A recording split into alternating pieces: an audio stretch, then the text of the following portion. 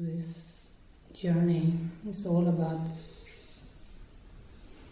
coming back to total freedom.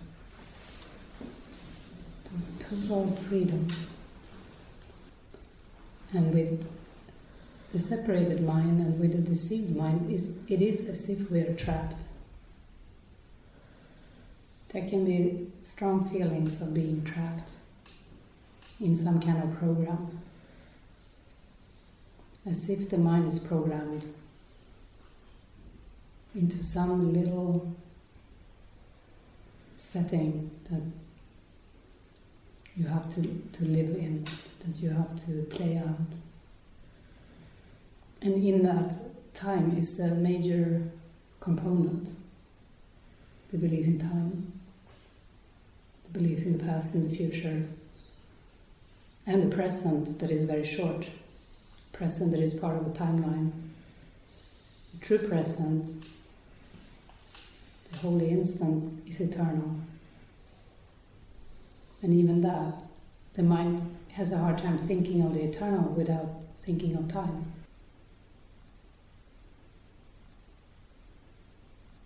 And this is what Jesus has to say about time. Time is a trick.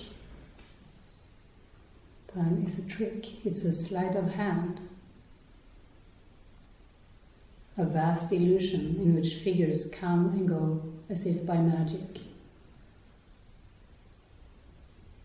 A vast illusion in which figures come and go as if by magic. So the expression sleight of hand, I think, means like random. Something just happens. It's more like a magic trick, like a magician. Well, use something. It's trickery to try to make you think it's one thing, but it's not true. So that's what time is. Mm-hmm. It makes you think it is there. It makes you think something is happening, but it's not really happening. Yet there is a plan behind appearances that does not change. The script is written. There is a plan behind appearances that does not change. The script is written. I've had glimpses of the script is written, of the plan behind appearances. Maybe you have too. Maybe you have felt like it's not random. Maybe you have felt the miracle of things, a flow, or even a recognition. But often we just have very vague glimpses of it, or a very vague feeling of this, like deja vu, for example. We can have this. So much. Yeah, like I've seen them before. I recognize this. Yeah. And this, when the mind starts to wake up, you start to remember. You start to remember the present and the future. And that's not very strange, because the future is the past. That's what the script is written means. The future is already done. All time is already over. So this idea of learning, developing, improving, becomes meaningless, or it's not about that. It's not about improving, and because improving needs a self-concept. Even awakening in the future needs a self-concept. So what are we in this dream? The hero of the dream, chapter 27, part 8. 27 and 8. If we have time, we have bodies. We believe in time needs bodies. And the world. Jesus says you don't need the body. The body serves no purpose. like no purpose. You can communicate perfectly without the body. But if you believe you have a body, you'd better use it for awakening. You can use it. You can learn to use it as a communication device. And that's the proper use. That's the healing use. While you heal the mind, while the mind wakes up. But the ego's use of the body, it can feel like as if there is a fight going on between the ego's use of the body and the spirit's. The spirit doesn't fight, but with the ego it can feel like a fight, as if the ego pulls us.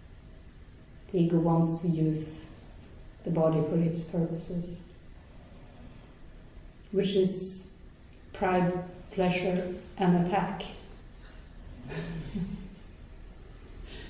3 horrible things. And there is no self-concept without pride. It's tons of pride in self-concept. That's why the undoing of pride is important, and it's very helpful to be among other people, to be in community, for example. It's one way of undoing pride.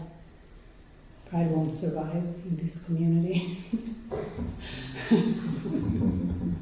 Right, Matthew? It's hanging on, but hanging for dear life. It is one of the last things. The pride of being a person, even if it's not a nice life, even if it's not a nice existence, there's still pride in it.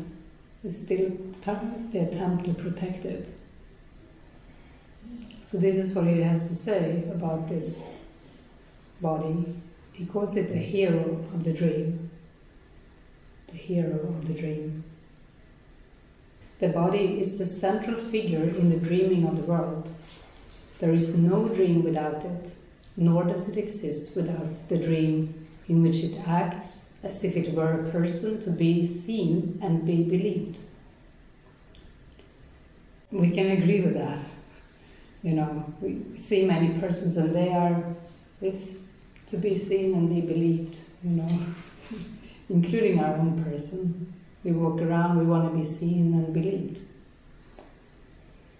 It takes the central place in every dream, the body, which tells the story of how it was made by other bodies, born into the world outside the body, lives a little while and dies, to be united in the dust with other bodies, dying like itself.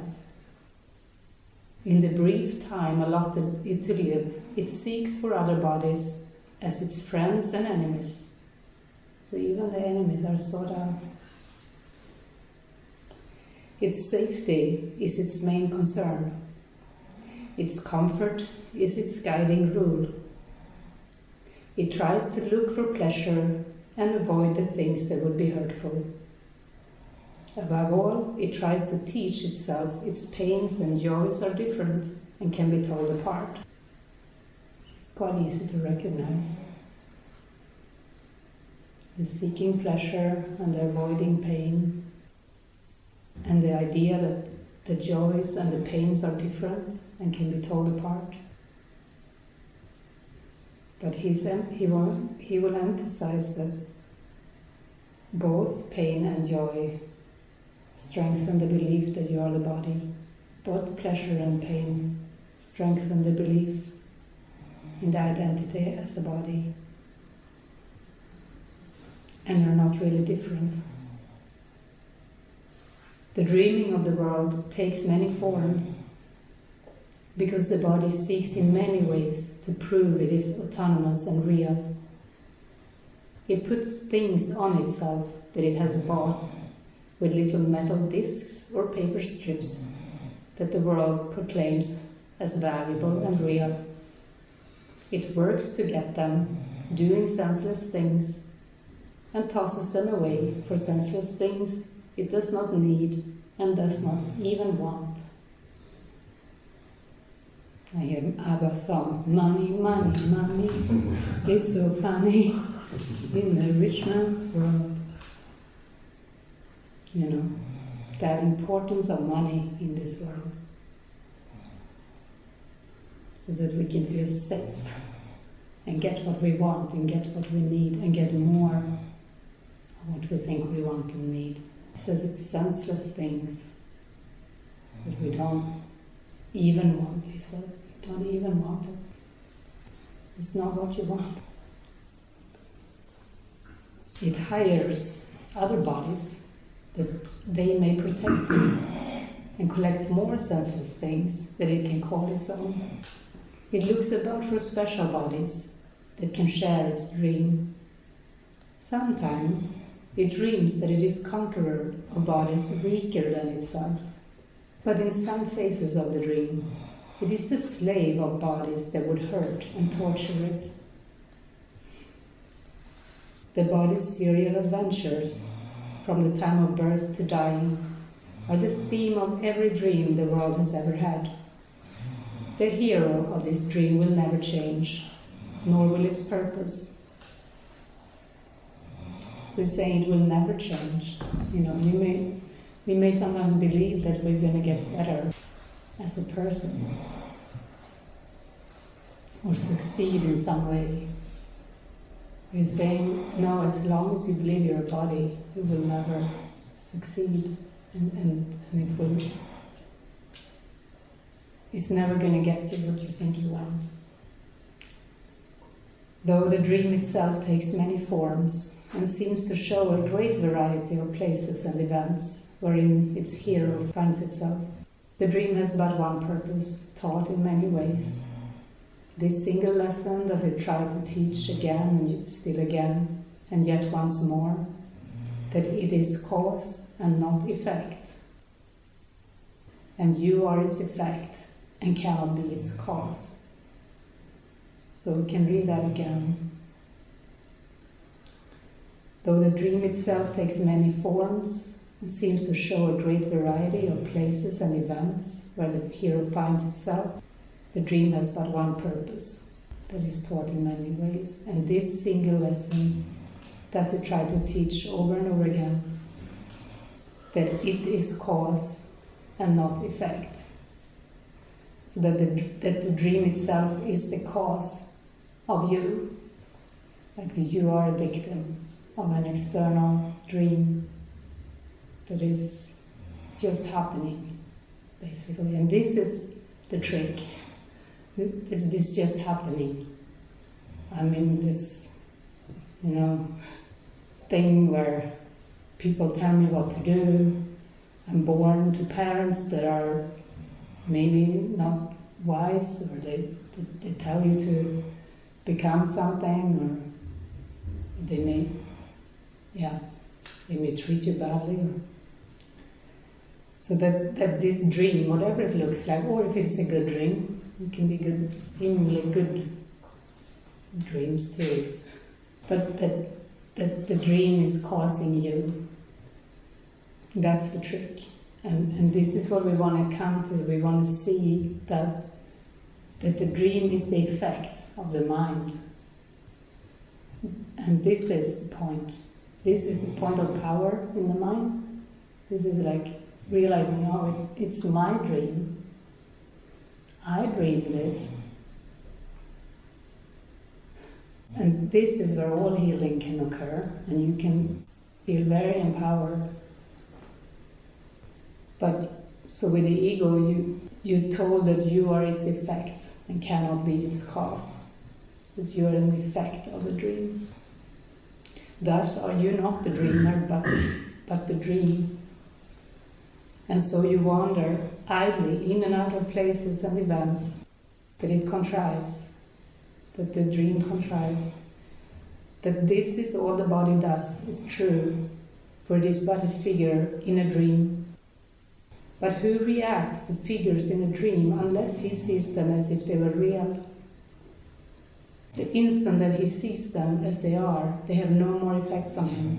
Because he understands he gave them their effects by causing them and making them seem real. It's good stuff. Who reacts to figures in a dream unless he sees them as if they were real? So when you dream at night, you may feel, there can be so many different dreams at night, but the figures seem real. And the daydreaming too. We are 11 bodies here now. They seem real. And you react to them as if they are real.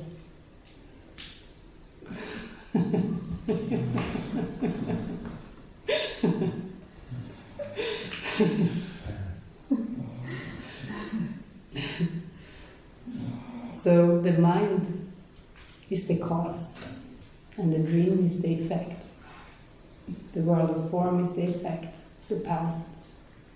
No matter what it looks like, it's just an effect of the mind. Jenny, may I ask you one question? What comes? The split mind is existing without a body and creates a body. Is that? Yeah, Or this world is like a little piece of dust or something, and the death of the body is included in the dream, and the birth of the body too. So the deceived mind has dreamt it up. The deceived mind, the mind is powerful, and it's so powerful that it can deceive itself and dream up whatever it wants, basically. So that's what has happened, but he's explaining this metaphysically. Why this is happening is that there is this tiny weird idea, tiny mad idea that crept in the Son of God's mind, thinking it can have more than everything. I'm going to have more than everything. So I'm going to create a world of littleness and variety. But how can we have more than everything? But these are the questions. These are the intellect wants to figure this out, and that's not really the level you need to go to. You want to go to the experiential level, and the healing of the mind and the clearing, like the emotional clearing. That's the level that is helpful to go. Yeah, this is pretty profound. How willing are you to escape the effects of all the dreams the world has ever had? Is it your wish to let no dream appear to be the cause of what it is you do? This is a good question. Are you willing to let no dream be the cause of what you do? This takes some soul searching, But we can become that honest and that willing inside. We can allow ourselves that. If we want to, we can let no dream be the cause of what we do. And I feel deciding to come to an awakening retreat is actually one of those points where you decide to let no dream be the cause of what you do. There's one person who didn't come, and he told me he had talked to his mom, and she had said, "Please don't go. Remember what happened last time you went to a retreat. You had a psychosis. Don't go." And so he said, "I won't go because maybe something bad will happen." And I said to him, no, nothing bad's going to happen. It's going to be very healing. But he was too afraid, so he didn't come. So in that case, I'd say he let the dream be the cause of what he did. He let his dream of fear cause him not to come here.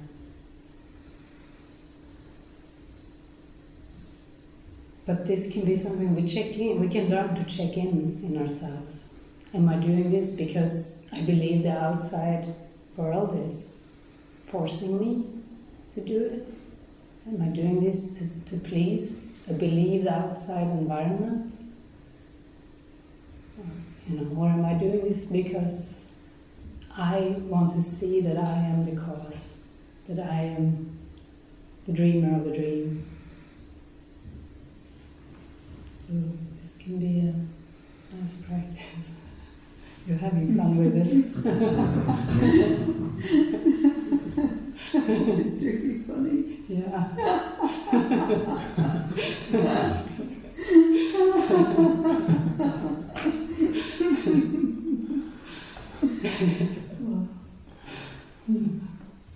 Yeah. It's true. It's true. It's true. Yeah. Yeah. Well, it carries on. So, Jenny, is that what guidance actually is? Like doing things not because the world is comes from another place, right? Yeah. It's also like It's not the world dictating what you're doing. It's the spirit. And it's not just what you're doing, it's what you're thinking, and it's what you're saying. It comes into that too. And you will start to be so refined that you don't want to speak anything that isn't inspired of spirit. And you don't want to think anything that is not inspired from spirit. Like you become this, you have this barometer, and it just becomes impossible to engage in what isn't what isn't purposeful. And to trust that, to follow that. And other people will not be happy because they're dream figures. Remember this, other people are the dream figures that are made up to keep you as another dream figure. Of course it's not going to work out. Of course it's going to be a growing apart when you start to wake up, No.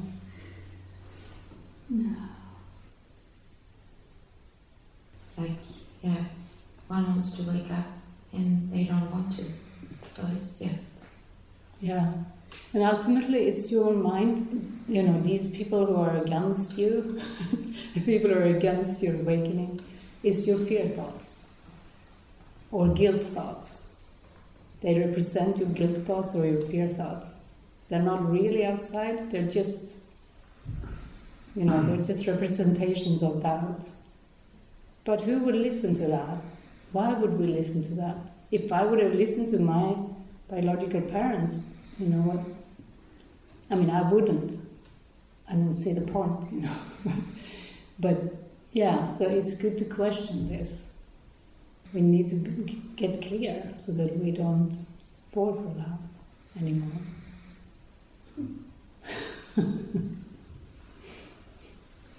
Can I say one more thing about this? Yeah.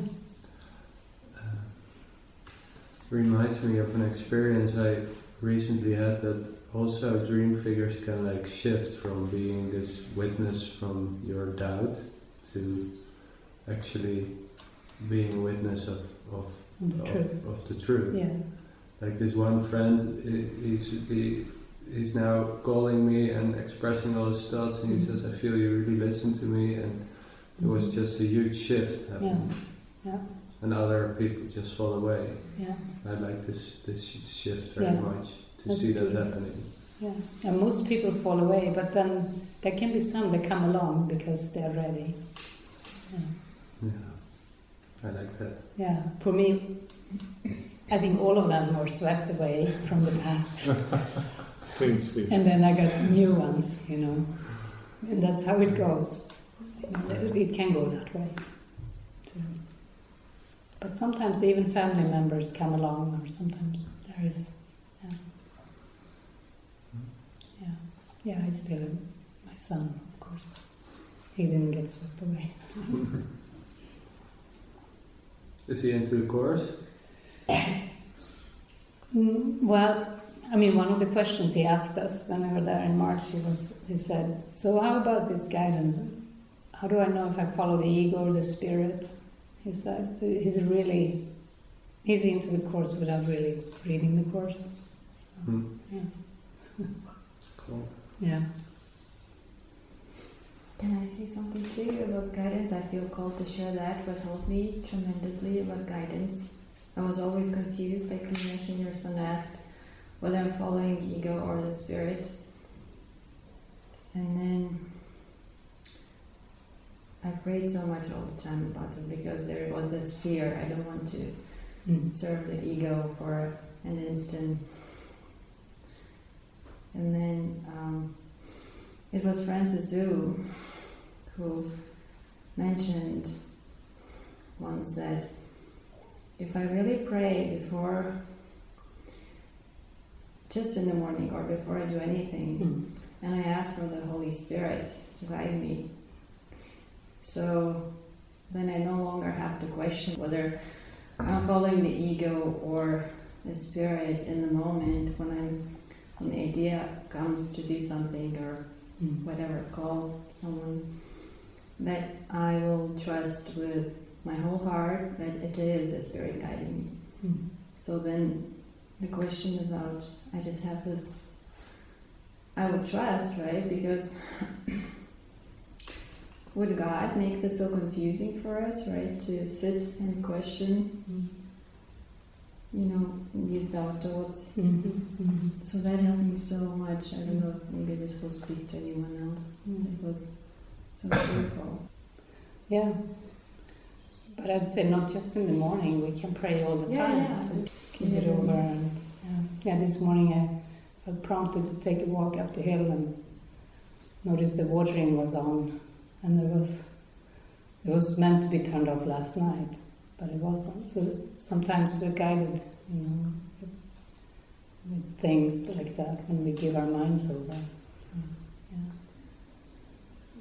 yeah, because it's the ego that questions, and will try to make you believe that you should do it. And analyze it. And you drop the analyzing. It's just a flow. Well, this is pretty good. You want to hear more? Good stuff. So, timelessness or eternity just is, But here, a timelessness in which is time made real. Can there be a timelessness where suddenly time is made real? A part of God that can attack itself, a separate brother as an enemy, a mind within a body, are all forms of circularity whose ending starts at its beginning, ending at its cause. The world you see depicts exactly what you thought you did, except that now you think that what you did is being done to you. So the world depicts exactly what you thought you did, but now you think this is being done to you. The guilt from what you thought is being placed outside yourself and on a guilty world that dreams your dreams and thinks your thoughts instead of you. It brings its vengeance, not your own. It keeps you narrowly confined within a body, which it punishes because of all the sinful things the body does within its dream. You have no power to make the body stop its evil deeds because you did not make it and cannot control its actions, nor its purpose, nor its fate. So here is the innocent victim. The world but demonstrates an ancient truth. You will believe that others do to you exactly what you think you did to them. The world but demonstrates an ancient truth. You will believe that others do to you exactly what you think you did to them. But once deluded into blaming them, you will not see the cause of what they do, because you want the guilt to rest on them. How childish is the petulant device to keep your innocence by pushing guilt outside yourself, but never letting go. It is not easy to perceive the jest when all around you to your eyes behold its heavy consequences, but without their trifling cause. So that is not easy to see when all around you behold the heavy consequences of the dream, but without their trifling cause, without seeing the cause in the mind. Without the cause, do its effects seem serious and sad indeed. Yet they but follow, and it is their cause that follows nothing and is but a jest. In gentle laughter does the Holy Spirit perceive the cause and looks not to effects. How else could he correct error? How else could he correct your error, who have overlooked the cause entirely? He bids you bring each terrible effect to him, that you may look together on its foolish cause and laugh with him a while. You judge effects, but he has judged their cause. So it becomes so serious, this. So he's explaining how you believe something bad about yourself, but you don't want it. So you see it outside, and you blame the outside, you blame the people outside. But even in the first place, that bad thing believe about yourself is not real. It's just Crazy. It is crazy. It's crazy, but we can laugh at it now, this is, yeah. And he's saying, perhaps you come in tears, he says, and often we come in tears because it is, like you say, it looks very sad, it's serious and sad indeed. The effects of this dreamer's beliefs. Perhaps you come in tears, but hear him say, "My brother, Holy Son of God, behold your idle dream in which this could occur, and you will leave the holy instant with your laughter and your brother's join with his." I think the key phrase there is your idle dream. What is a car, an idle? It doesn't go anywhere, it doesn't do anything, it doesn't have any power to it, nothing's happening. This whole dream in which so much seems to happen, nothing is happening. It's going nowhere, accomplishing nothing. Going nowhere fast, like they say. But even with quantum physics, it's so clear that materia isn't even materia. Materia isn't even solid, That can help. That can help us also understand it's a dream. When it comes to quantum level, it's actually the observer that determines if it's a particle or a wave. Yeah. Yeah. They have evidence. You look away and it's a wave. Yeah. But when you look at it, it's a particle. Yeah. The observer effect, and that's the truth of everything. Yeah. That is. I've danced with the table once. The table wasn't solidly sitting on the ground. It was like levitating with me. It was like this undoing of the physics. And it's the same as we talked about yesterday. It's not about the phenomenon, like the miracles Jesus did wasn't we got too much focus. But it can be helpful to realize the power of the mind.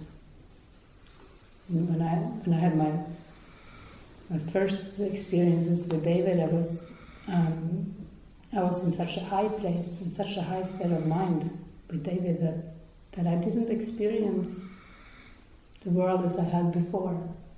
Nights and days were gone, time was over. I didn't see things. I was just in this light and the Spirit was just speaking through. So we can safely question our dream. And there are so many, these chapters at the end of the course will help us, like the hero of the dream, the self-concept versus self is another one that is very strong. I could go into that too, perhaps. But these are the things the ego doesn't want us to look at. But we do want to look. So the learning of the world is built upon a concept of the self adjusted to the world's reality. It fits it well, for this an image is that suits a world of shadows and illusions. Here it walks at home, where what it sees is one with it. So you can't really have a self-concept without the world, without exactly the way the world shows up around that self-concept. The world fits this self-concept.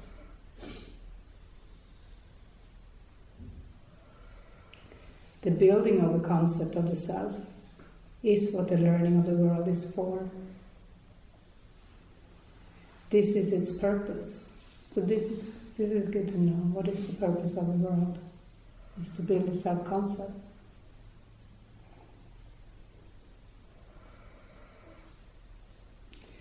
So the purpose is that you come without the self and make one as you go along. And by the time you reach maturity, you have perfected it to meet the world on equal terms, at one with its demands. I like this fly. It's loving me.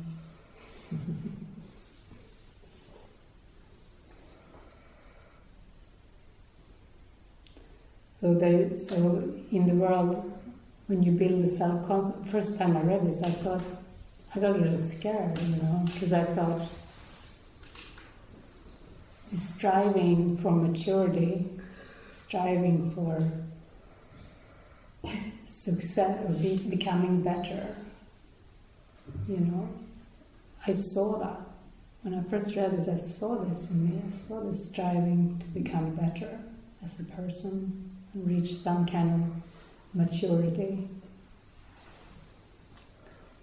So by the time you reach maturity, you have perfected it to meet the world on equal terms, at one with its demands. It's like conquering the world, but still being the hero of the dream, still being part of this world.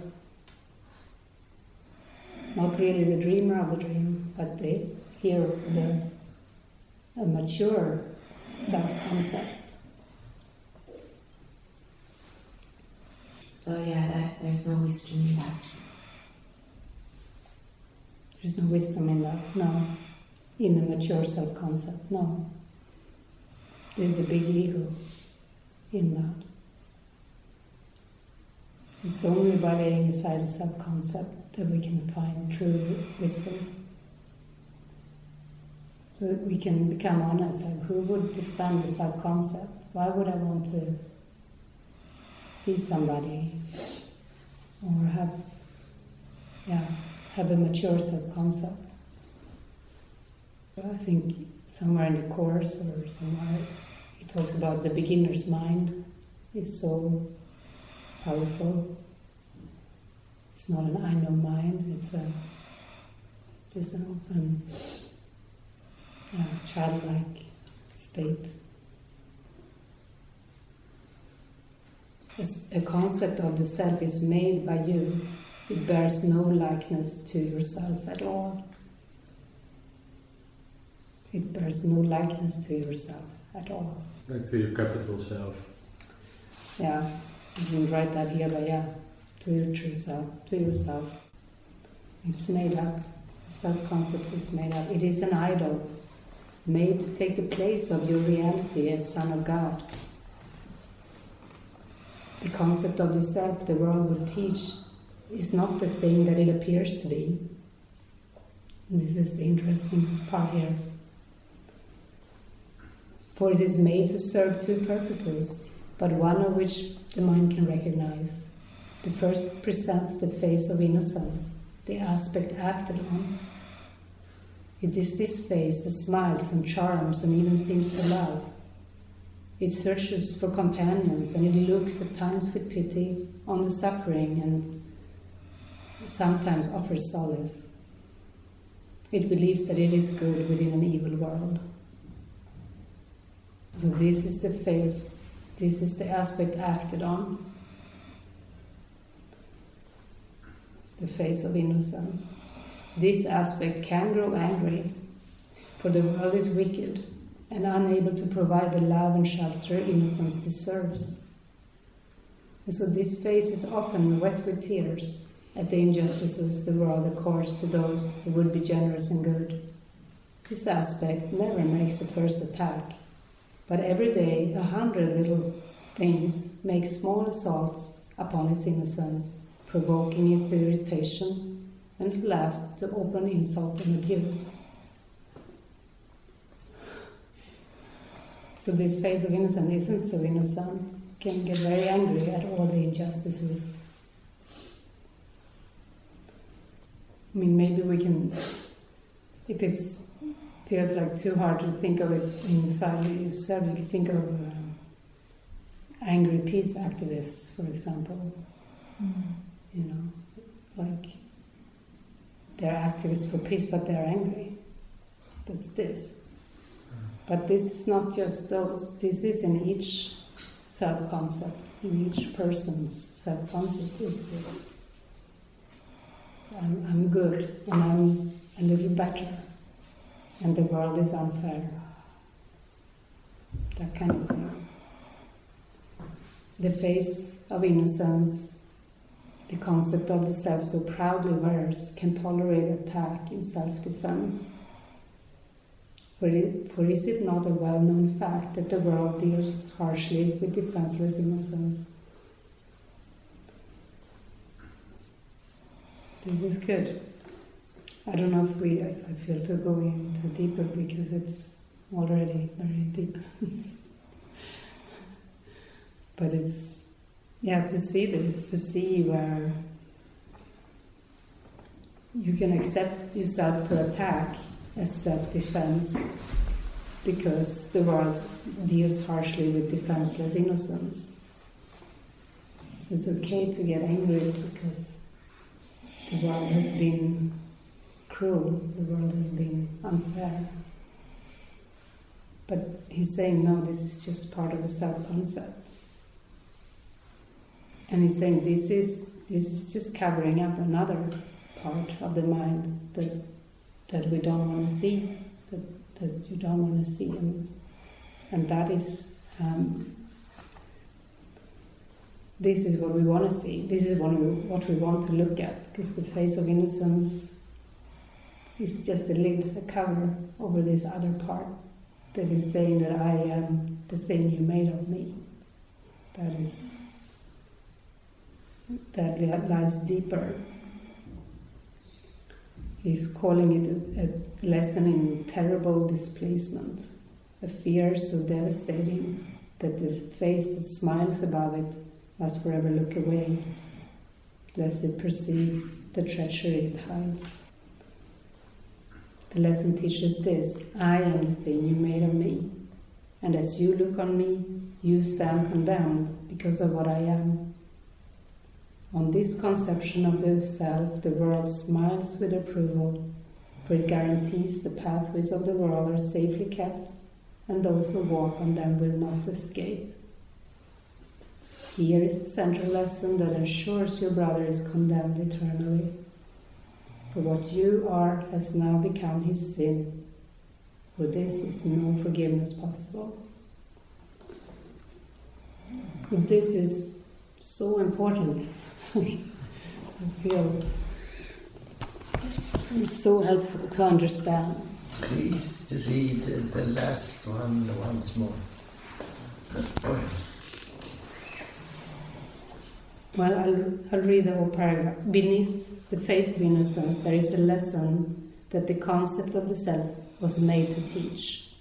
It is a lesson in a terrible displacement, and a fear so devastating that the face that smiles above it must forever look away, lest it perceive the treachery it hides. The lesson teaches this: I am the thing you made of me, and as you look on me, you stand condemned because of what I am. On this conception of the self, the world smiles with approval, for it guarantees the pathways of the world are safely kept, and those who walk on them will not escape. Here is the central lesson that ensures your brother is condemned eternally, for what you are has now become his sin. For this is no forgiveness possible. So, I see this, he's talking about special relationships here. Yeah. And you know how much rage there can be in special relationships, and hatred. Some people even kill each other, or abuse, or attack, physical violence, stuff like that. It's the hatred, it's this. If I am the thing you made of me, then you're condemned because of what I am. And I'm going to hate you forever, and I'm never going to forgive you. You know, this is what he's saying here. This is the self-concept. But I'm going to endure because I'm the good one. I'm going to stay. And he's talking about this too in another place where he says that people live together under a common roof, but worlds apart. Minds are worlds apart. Like no real joining. So much fear of real joining, you know. We've all seen it, maybe even in our own families, you know. But this is where we can start to become honest and say, well, I don't want to act this out anymore. I want to know who I am so that I can know who they are. I don't want to make them my jailers, you know. That's why we can give ourselves some space to take a look at our minds. We need to get away from where this is happening sometimes.